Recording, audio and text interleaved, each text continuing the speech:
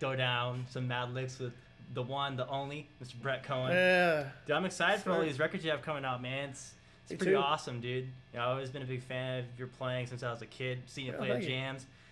Get my ass kicked by you on Whipping Posts and a bunch of other tunes and whatnot. Right. And it taught me a lot about improvisation, you know, soloing and blues and southern rock and whatnot. So great learning experiences, without a doubt. Very cool. Ready? Right on. Want to do something in like B minor? Sure. What do you want to do?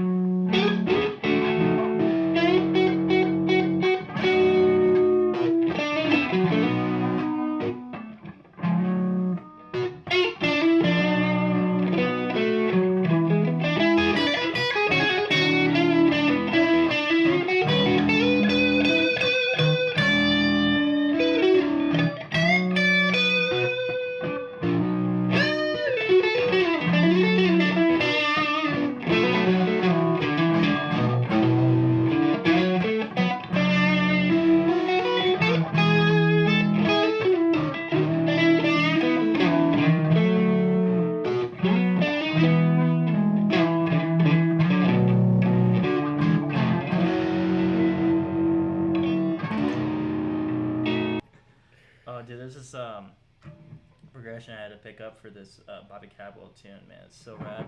It's,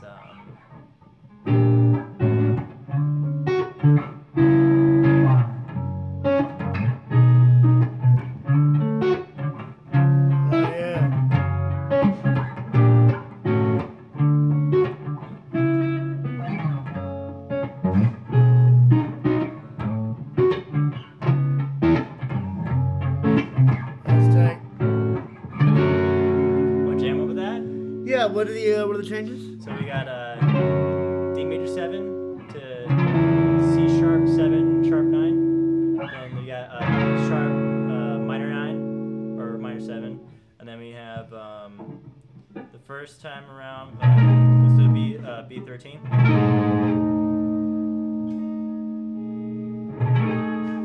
So the first go around be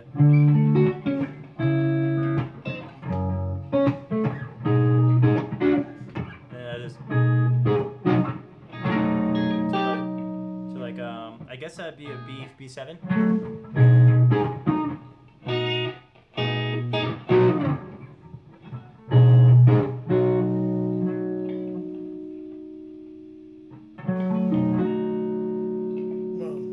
That was weird. I'm just doing like this voicing, but instead of having right. the there, I'm just dropping it. Yeah.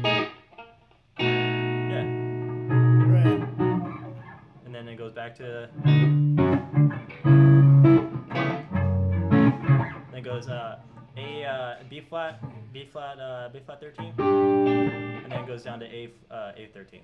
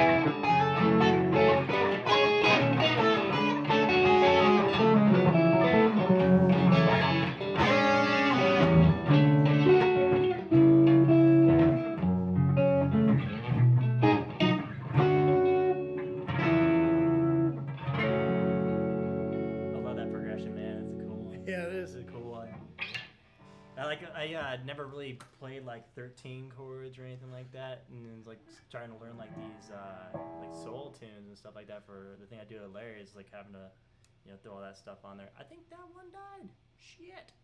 Huh. Bummer. But Hey, this one's one. pretty cool. You want to jam another little thingy? Want to do like something like the post? Sure.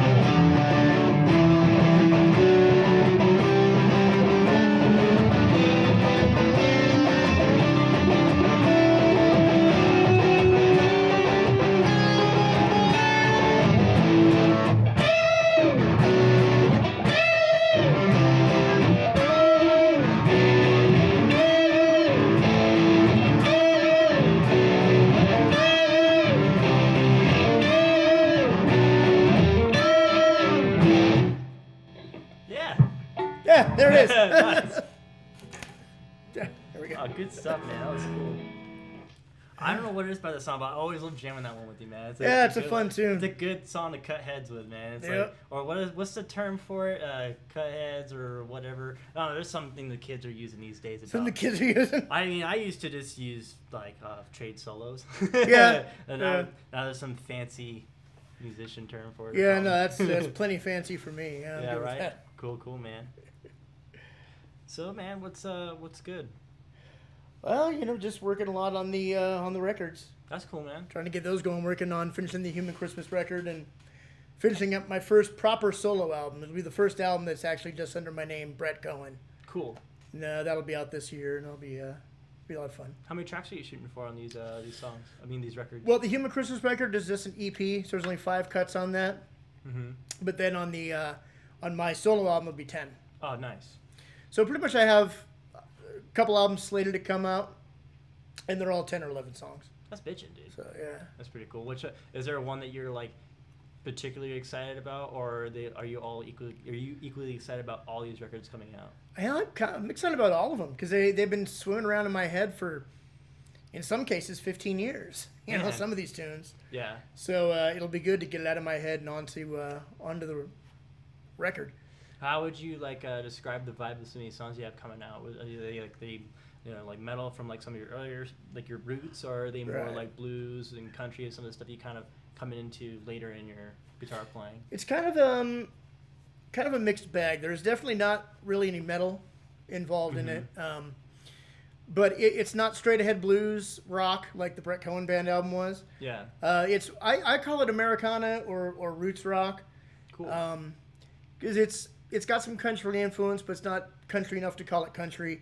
It's kind of more like in the lines of like the Allman Brothers and like Skinner, like country like licks and vibes in it, but mostly rock based. Yeah, there's a lot of that, but there's also like probably the biggest influence on the songwriting is Counting Crows. Oh, cool. So yeah, so that's kind of like an Americana rock thing with a lot of folk instruments and in addition to traditional instruments. That's cool, man. So yeah, so that's the vibe of some of it. Now I do have another one. A couple albums out that is a harder rock album, kind of going back more to the style of Brett Cohen Band. Yeah. But it all kind of makes sense together. When I'm describing it, it sounds like they're kind of worlds apart, but it all makes sense when you hear them laid out back to back. Mm-hmm. But yeah, drawn from a lot of Americana, a lot of blues. That's cool, man. Yeah. When do you think you're gonna have some of these records done for people to kind of get their their ears to it? Well, the Human Christmas one hopefully will be done soon. I'm hoping to get that out in September. Nice. And then hopefully the Brett Cohen album will be out in October. Killer, dude. All right. Let me check that, make sure it's still going, doing its thing. Yeah. With these cameras, they're not like your traditional video cameras that run all the way through. Like the handhelds, the DSLRs will cut off for a certain amount of doing its deal. Yeah. So September is when you're thinking Human That's Christmas? what I'm hoping for. Yeah, That's September cool. for Human Christmas, October for the Brett Cohen album. In October for Brett Cohen? Yeah. Dude, that's killer, man. So who's the personnel on this stuff? I remember when we were setting up, you were mentioning something about Dave Mills playing some steel on some of this stuff. Yeah, Dave Mills is gonna play steel. A friend of mine named Jim Presley from Vegas is gonna play. Has been playing keyboards on it, piano and organ and all sorts of stuff. Mike Emery came out and did some backup vocals, and he had actually done some bass playing on it, because I actually started this record before I ever moved. So he played bass on about half the tracks. Nice. And then Garrett Morris played drums on the whole thing. Garrett's killer drummer. Oh, man. yeah, you can't go wrong with Garrett. Man, you got all the cool drummers out there, too. Cause since Anthony Rye moved out there, it's like we got like Garrett and Jordan. And then there's Kelly, and there's a couple of good drummers still around here, but I just missed the Anthony Raya in the scene here, man. It's like that guy's so good at drums, dude. Oh yeah, kills. He's the best, and he went to Vegas and he got even better because he had to. That's how Vegas is. Yeah. I mean, he's in a town of about 1 million great drummers. I tell him this all the time. I think he's number one.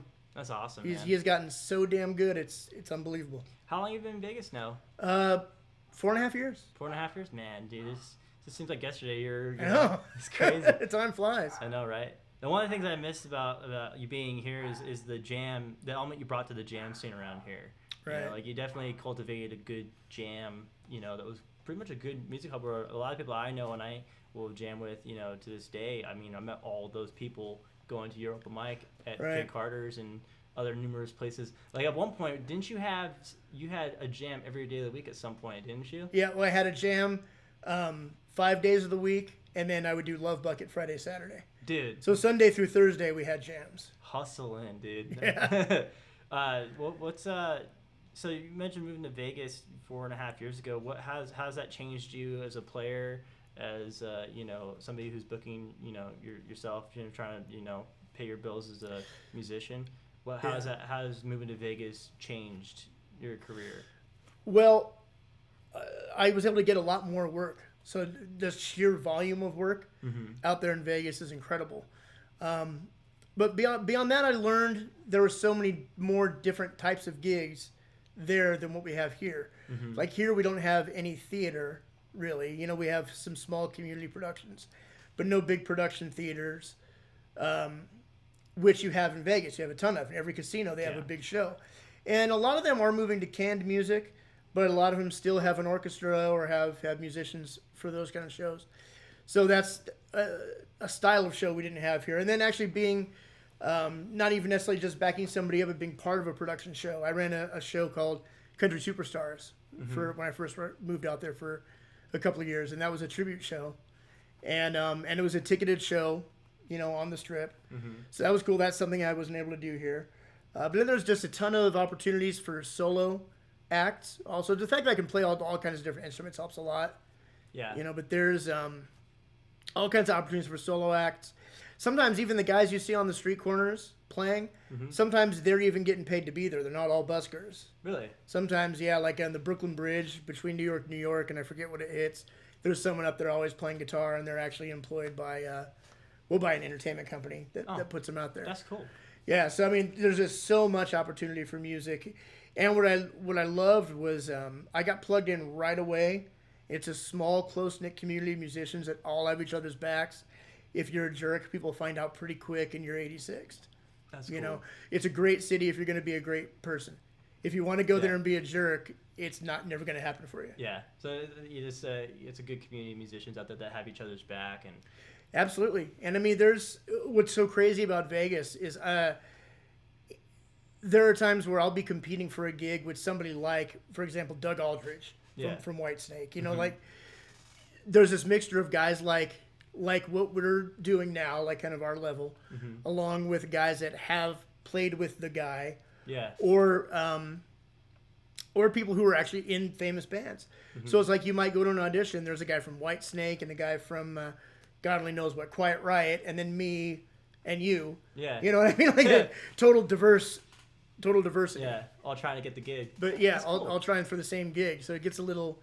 It doesn't get competitive though, but it's just like. It makes you think twice, like, why does someone hire me over the guy from Whitesnake or whatever? Yeah, but when that does happen, it's got to be a cool feeling like, oh, dude, I beat Doug Aldridge at the gig. Like, that's going to be awesome feeling, Yeah, when you end up with the gig, it really is, yeah. That's cool, It is a good feeling. Oh, shit.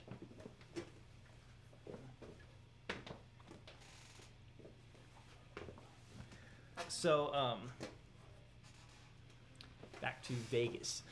Yes. Country Superstars. Yeah, you're asking about running that. You know what really prepared me for that gig, believe it or not, was my church gig here in town at the when I played at the Lutheran church. Oh, cool. Trinity Temecula, right? Yeah. I play there. I play guitar there now. Yeah, oh, very cool. Yeah. Oh, yeah, did you step in after Daniel left? Yeah, Daniel. Okay. Peter, their MD over there, reached out to me. Right, yeah, Peter replaced me on that gig. Yeah, Peter's a good dude, man. He is a good dude. Good player, good dude. Amazing bass player, amazing pianist, man. Great vocalist. Yeah, so having that gig actually really prepared me. Because everything in that church service was so structured in the way we did it. It was like there needs to be this, not just a song here, but it has to be a really specific song or a specific type of song. And, building things like that, making sure that it flowed, there was no lulls. So it was the same thing when it came time to run a production show. Okay, we need an impact song here. We have to have a little sing-along over in this section, So building it and building the logistic part of it, that helped a ton having worked at the church. That's awesome, man. Yeah. What was the biggest challenge in becoming a showrunner for Country Superstars? The biggest challenge in running it was keeping it staffed with musicians when I first took over. So when I first took over, they lost most of their musicians because they were sharing a room with another show at Planet Hollywood. Yeah. And then when the show moved to Bally's, the other show stayed. We lost all the musicians to that show. They stayed with that one. Ah, dang. So in the beginning, it was finding musicians. And what's so funny about production shows, we had some of the best drummers in Vegas. We had people in the Las Vegas Music Hall of Fame that came in and blew it on the show. And then we've had other guys who you go, that guy can't really play. They come in and kill it. Wow. It's just a mental thing, because doing a production show is nothing like doing a gig. You cannot breathe. There's no like, all right, there's the end of the song. Okay, I'm going to put my hands down, reach over, grab a soda.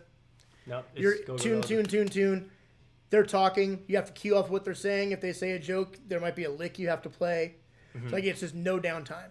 So it's only like 75 minutes usually as a rule, but it's 75 constant minutes. Bang, bang, bang, bang. Everything is just going.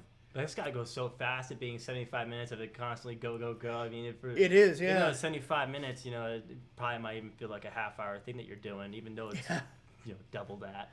Right, yeah. Yeah, because you're just burning right through it. No time to think about how long it's been. Right? Else, I like those gigs the most, though. For me, those are the most fun. I haven't done a show-running type gig, but, like, you know, even... you know, doing cover stuff down in San Diego, playing Tin Roof, where, you know, they have you play 3.5 hours straight. It doesn't feel like that because you're playing straight. You know, it just feels like a normal gig. And going back to like normal like 3-4 hour gigs, like, you know, what's available here in, you know, in town. Yeah. Those go by even faster because it's like, you know, we just played 45 minutes and we're taking a break. Right. Like, what's this? What's this about? Yep. Yeah. Absolutely. Yeah. Totally different mindset. Yeah, man, for sure. What else are you doing? So you did Country Superstars out there out there in Vegas. And I also noticed you were doing some stuff with our good buddy Jace Nairn and Anthony Wright out there too. The Jupiter Year. The Jupiter Year, yeah. Yeah, man. That's our band. Killer lineup on that, man. Yeah, it's a fun band. It's really cool because Jace and I we trade off guitar and bass. That's cool. So we get to fulfill both of those passions of ours, you know. And it's a really fun band with that group of guys. Everyone can pick up material so quickly in that group that we're often expanding our song base. Our base of songs has already got to be 300, 400 tunes, you know, that we can pull out on a given night. That's pretty badass, dude. Yeah, and they're two of the most talented musicians I've ever worked with in my entire life. I mean, it's really amazing being in a band with them. There's chops for days amongst the three of you guys, man. It's like, talk about power trio. Oh, you know, you guys definitely, you know, like between you, Jason, and Anthony, man, like just the level of musicianship the bar is definitely high on that. Right. Man. It's awesome. Have you guys thought about doing a record? We've talked about it, and on and off over the years, we've worked on some original music, and we've never really gotten it together. Unfortunately, in the beginning, we had a couple of songs that we were playing out live and stuff that had been from like one of my old albums I'd written, and we were doing those and they were good, but we didn't want to necessarily be that style. Yeah. So eventually, I think one day we'll see a Jupiter Year record, but I don't know if it's gonna be anytime soon. Right on. That's cool, dude. Yeah. So, after, are you still doing stuff with Jupiter Year? Not as much right now. Right now, I'm on just about a complete sabbatical, you know, because of my health. I'm not doing really any gigs right now. So just taking a breather? Yeah. And that's why I'm just so focused on studio stuff right now, because I don't really have the energy to go out and play the gigs anymore. Even the 75-minute gigs, I couldn't get through one of those the other night. Yeah. So have you done any video type stuff for YouTube or Instagram or something like that? Yeah, done some stuff. I have the Blue Collar Musician. Oh, that's cool. I remember that video series, man. I saw it popping on Facebook. I didn't know you have it on YouTube though. Yeah, I have it on YouTube, and I'm gonna resume that soon. That one only stopped because I lost my voice with the chemo last year. I lost my voice for like 5 months. Dude, that's gotta be gnarly, dude. Oh, it was awful. Yeah, it was totally awful. So I couldn't do any videos, couldn't sing. Hold on 1 second. Yep. There you go. Alrighty. Sorry about that. Where were we at? Blue Collar Musician. Yep, at Blue Collar Musician. Then I just started live from the living room. Dude, which is just me playing guitar in the living room. That's cool, man. That's cool. So with guitar, was it guitar in the living room? Live from the living room. Live from the living room. Like, so what kind of content are you gonna do that? Is it just you and your guitar? Or are you gonna expand upon that and maybe do like demos for like your original songs you have going on? Or yeah, I'll do some original tunes, some cover tunes. As I get in the RV and travel around the country, you know, towards towards the end of the year when we start doing that, I'm going to try to record a song that reflects the region that we're in some way. Cool. So maybe either a song that came from that region or a song that mentions that region or something that just gives me the impression, being in that city, a certain song gives me an impression that I'm going to play that. Like if you're in West Virginia, it's time to play some John Denver. Yeah, I think so. Yeah, you got a perfect example, yeah. Oh, cool, man. That's really rad. So now that you have the mobile home, like in the RV, what do you have any like destinations around the country that you want to go check out? Like something that's on the top of the list that you haven't been to before? Or? You know, there's a lot of places we want to check out. I think the first place we're going to check out, because it's not all that far, is Tahoe. Tahoe? So yeah, my wife has never been out there before, and I haven't been out there in a long time. Mm-hmm. So we'll probably go there, check that out for, I don't know, till we feel like leaving, because we live in an RV. Who cares? Yeah, right? Like, I do what I want. Could be 2 days. Yeah, we could be either 2 days, could be 2 months. I don't know. That's cool. That's high on the list. Yeah. So, you know, now that you're traveling around, you're gonna like maybe try to find like, you know, a couple gigs here or there, just around town. You get whatever town you may be in. Just I'd like to. Gigs. I'd like to as my health gets better. I'd like to do some gigs in these cities.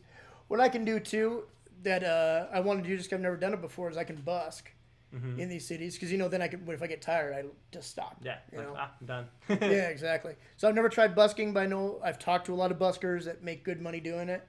So I feel I'll give it a try. Why not? Dude, yeah, buskers can rack it in. I remember when I was in middle school, dude, there was this kid who played accordion. I was like, this kid would walk around like a wad of cash. Like, where'd you get that? You selling drugs, dude? Like, right.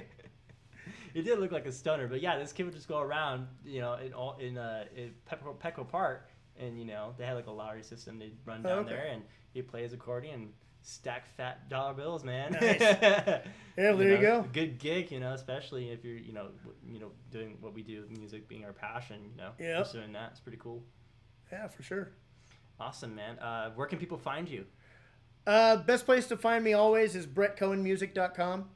Everything else branches off from there. Awesome. So like all your handles, like is Brett Cohen Music at Brett Cohen Music for Instagram, Twitter. Yeah, everything is Brett Cohen Music. Awesome. Make sure to give this man a like, a subscribe, check out everything he's got going on. September for Human Christmas. Hopefully, fingers crossed. And hopefully October for the Brett Cohen Band album. Yep. We got Mr. Brett Cohen here. Peace, everybody.